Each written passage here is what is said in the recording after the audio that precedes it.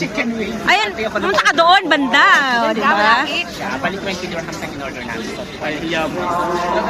5-5. Take away. Parang hinapag-English na. So ito yung orderin namin.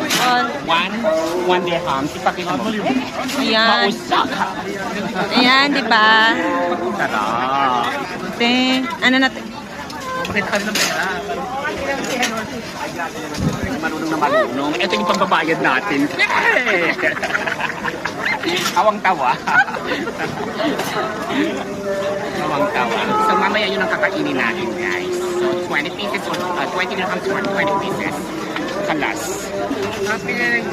Bili na lang ng kanin mamaya para may rice tayo. Mahirap kainin yung yung pure na chicken.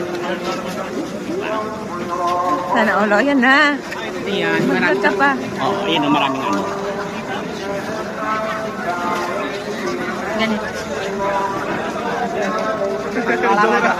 So paano guys? See you later.